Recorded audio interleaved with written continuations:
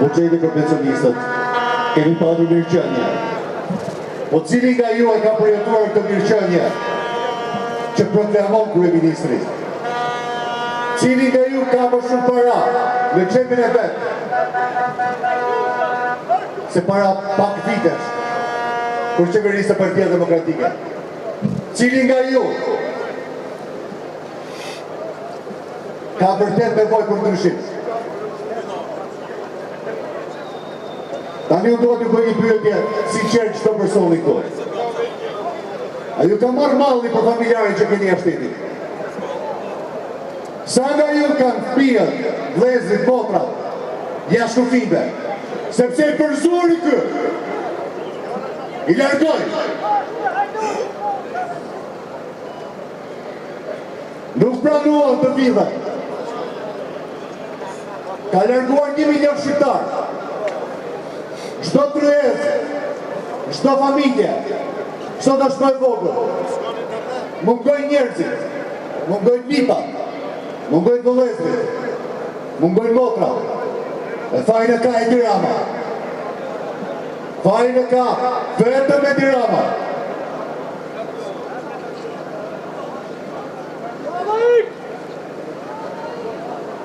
Rama ik!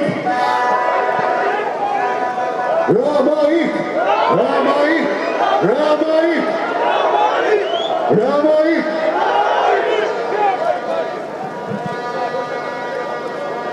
Pino, e ke fut qontë mrena tje? E ke fut qontë mrena? Qite jashtë? Po, shumë zëmë. Fute me qesa.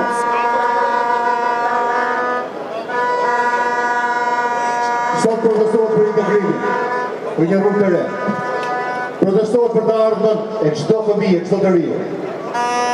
Protestohet që drejtësia të bëjë punën e saj. Dhe me qesa, o Pino.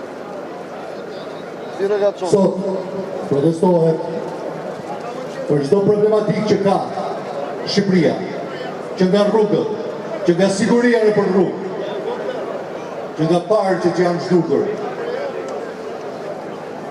Dhe pastrimin e parave, çdo raport ndërkombëtar thotë që Shqipëria është kryer një nga vendet kryesore të pastrimit të parave, të krimit të korrupsionit.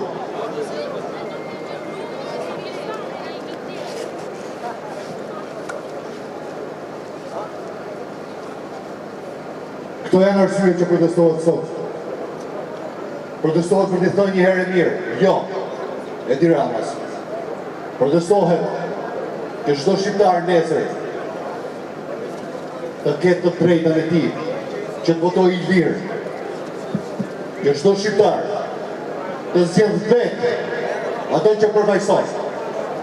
Dhe të mos jenë bandat kriminale që piktojnë me 20 deputet në kuvendin e Shqipërisë. Mos jetë korrupsioni i Beningës, apo i ministrave tjerë, që blejnë vota, manipulojnë zgjedhjet, dhe diktojnë edhe vullnetin e qytetarëve shqiptar. Shqipëria duhet votojë e lirë. Shqipëria duhet zgjedhje e lirë.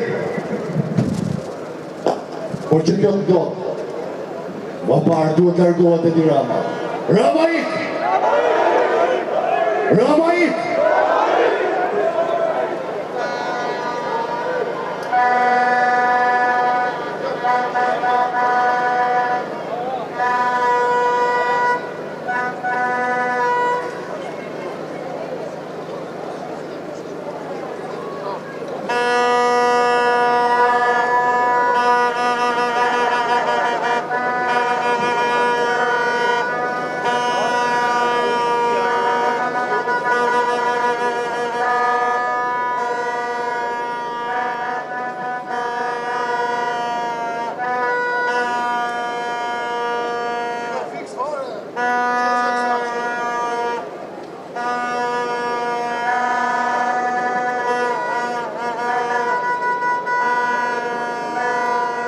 Vyem të qëndrojmë me këto pamje të drejtë për drejta nga bulevardi Dëshmorët e Kombit, po shikojmë se si po zhvillohet deri më tani protesta. Sa ka ndikuar faktori kodi të nesot me erdhë në këtë tubim? Shikoni, faktori kohë teorikisht pra për montin, sigurisht mund të ketë ndikuar, por nga ana tjetër kjo është një protestë kombëtare, njerëzit kanë ardhur nga rrethet, një pjesë e tyre ose pjesë e konsiderueshme e protestuesve. Kështu që kush ka arsye unë besoj që kush ka arsye për të protestuar përpara kryeministrisë, pra përballë qeverisë dhe kryeministit, partisë në pushtet, sigurisht nuk do të jetë monti ajo që do ta ndalojë. Vijon mobilizimi nga rrethet Erli, ndërkohë nuk ka Tirana mjaftueshëm qytetarë që t'i bashkohen protestës? Shikoni, sigurisht që edhe protestuesit e rretheve, edhe ata Tiranës kanë të njëjtën vlerë në protestë, por nga ana tjetër kjo është një protestë kombëtare dhe është e kuptueshme që të ketë njerëz që vinë nga qytetet e tjera. Por për sa i përket pjesëmarrjes, ne shohim që është një pjesëmarrje relativisht e ulët, ne nuk mund të themi që është një protestë kombëtare masive, është një pjesëmarrje e ulët. Dhe pjesëmarrja e ulët për mua nuk është surprizë, sepse nuk është hera e parë që verifikohet, edhe protestat e fundit kombëtare kanë qenë të tilla. Dhe kjo vjen për shumë arsye, mund vi për arsyen e montit keq, mund vi për arsyen që protestat zhvillohen shumë shpesh, ndërkohë që duhet të jenë, po themi, më të shtrirë ndërkohë, mund të jenë për arsye që protestat kanë nevojë edhe për një lloj, po themi, luajtjes së elementit surprizë ose duhet të ketë fantazi në këtë aspekt, por mbi të gjitha fakti që ka një pjesëmarrje të ulët i kushtohet në një farë mënyrë të kurrjes së besueshmërisë që ka, po themi, kjo opozit aktuale, që ne patëm rastin të analizojmë gjatë bisedës tonë, që duhet të ndryshojë, pra ka nevojë që ndërmarrë disa hapa politikë që ta bëjnë ato të konkurrueshme përballë Partisë Socialiste, zgjedhjet e ardhshme vendore, pushtetit vendor janë pranverën e ardhshme, teorikisht do duhet që brenda këtij viti kalendarik opozita e bashkuar, e para të bashkohet, pra partitë e opozitës të bashkohen, dhe e dyta të kenë kandidatë të unifikuar dhe tashmë të shpallur, të cilët të nisin fushatën elektorale. Ne e dim që Partia Socialiste është dhe kryeministri Rama është në këtë pikë janë mjaft konsistent, janë mjaft, po themi, ambicioz, në kuptimin që një lloj fushatë elektorale e zhvillojnë edhe në këto momente, pavarësisht se ne pam një takim të Ramës në Elbasan që mund të jenë tema të ndryshme, pra jo thjesht me strukturat partijake, në një farë kuptimi ato janë fushat për sa kohë kryeministri del në publik dhe i apelon njerëzve për të votuar, për të konfirmuar qeverinë e tij dhe për të votuar atë parti politike që ai drejton, pra që ai përfaqëson. Po për të arsye që janë të shumta për të protestuar. Çfarë po i mungon realisht Partisë Demokratike për të frymëzuar? Shikoni, në radh parë Partisë Demokratike i mungon vizioni për të pasur ide të reja politike.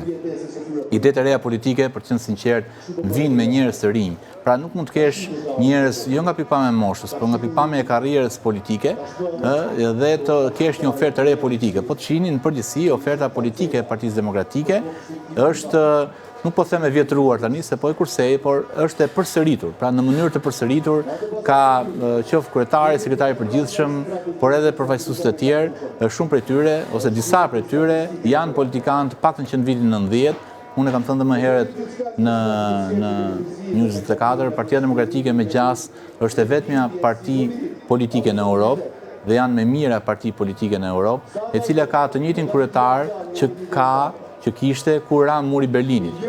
Pra kur ndodhi, po themi, tranzicioni i madh në vitin 90, pluralizmi formalisht në Shqipëri u instalua në dhjetor 90, kur u lejua themelimi i Partisë Demokratike, 36 vite, kjo është e vetmja parti politike, jo vetëm në Shqipëri, por edhe në Europë ka të njëjtin kryetar.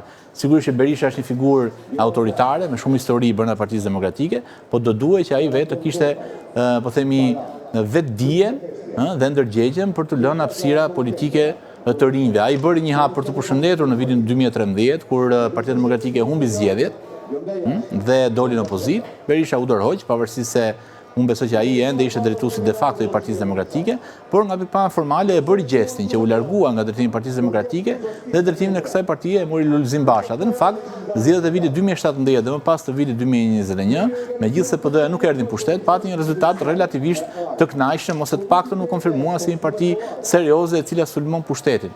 Synon pushtetin. Po të paktën që nga viti 2021 deri në këtë moment në cilin po flasim, rezultati i Partisë Demokratike ka ardhur duke u tkurrur, njerëzit, figurat kryesore të Partisë Demokratike kanë ardhur duke, po themi, duke u larguar.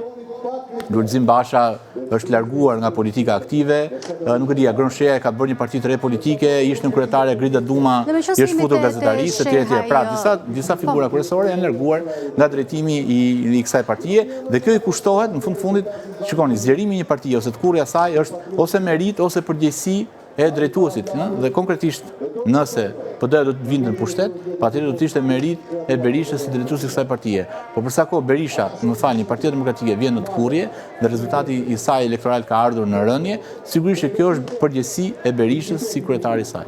Përpara kësaj mazhorancë, është folur shumë për një forum të dialogut politik, një opozitë e bashkuar, një lloj projekti ku të gjitha partitë opozitare të bashkohen me njëra tjetrën. Sa mundur është kjo në këto momente? Kemi parë që zoti Shehaj ka partinë e tij mundësia, nga ana tjetër edhe partitë e tjera, siç është rasti antisistem tërësisht i zotit Qori. Shikoni që ne po flasim këtu folëm për politikë dhe për ambicie, folëm për parti dhe për pushtet. Pra partitë duhet vinë pushtet që të zbatojnë idetë e tyre. Ajo që duhet bëjë Partia Demokratike, mendojnë për të ardhur në pushtet, është që të rinovohet, të reformohet dhe bashkimi nuk mjafton. Pra sigurisht që mund të bashkohen disa drejtues të partive në një, po themi, një kamp të vetëm, por mos harroni që në zgjedhjet e fundit parlamentare dhe në zgjedhjet e fundit të pushtetit vendor, opozita ka qenë relativisht e bashkuar, ndonse pjesërisht, por ka konkuruar me koalicion. Partia Demokratike nuk ka konkuruar vetëm, ka konkuruar me koalicion. Kështu që në këtë pikë unë do thoya që detyra që ka Partia Demokratike si një parti e vjetër tashmë me 36 vite eksperiencë, është që të bëhet e besueshme në sytë e shqiptarëve dhe në mendjet patjetër, dhe kjo arrihet vetëm nëse ke një ofertë re politike dhe ke një ofertë të besueshme politike. Por nëse oferta jote politike janë njerëz që dikur kanë qenë ministra, kryeministra, njerëz që kanë pasur pushtet dhe janë larguar me votë, si të korruptuar ose jo si të korruptuar, po janë larguar nga pushteti me votë, ti nuk mund të kesh një njëjtën ofertë politike, oferta politike duhet të rinovohet. Të njëjtën gjë, këtë gjë e bëri Partia Socialiste me largimin e Nanos dhe oferta re politike ishte aso kohë Edi Rama.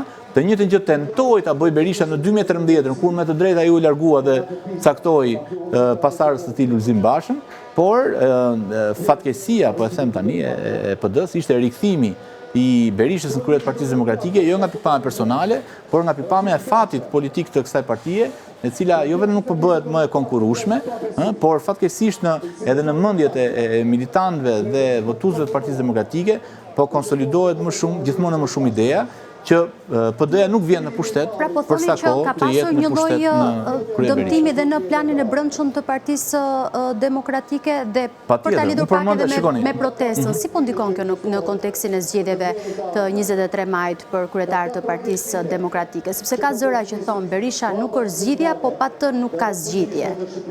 Shikoni, kjo mund të jetë e vërtetë që pa të nuk ka zgjidhje, dhe unë përmenda këtu disa shembuj ku ish kryetarët në një farë mënyrë ja kanë deleguar, kanë lënë ose kanë trashëguar partitë e tyre politike. Nano e trashëgoi te Edi Rama, Berisha e trashëgoi tek Lulzim Basha dhe kështu me radhë. Dhe patjetër që trashëgimi politik në një farë mënyrë, investimi që ka ish kryetari për pasardhësin, kjo njihet edhe në politikën europiane. Pra nuk është edhe në politikën botërore dhe nuk është, po themi, tabu që një kryetar historik i një partie të caktojë, po themi, pasardhësin e tij ose të pëlqyerin e tij në këtë parti.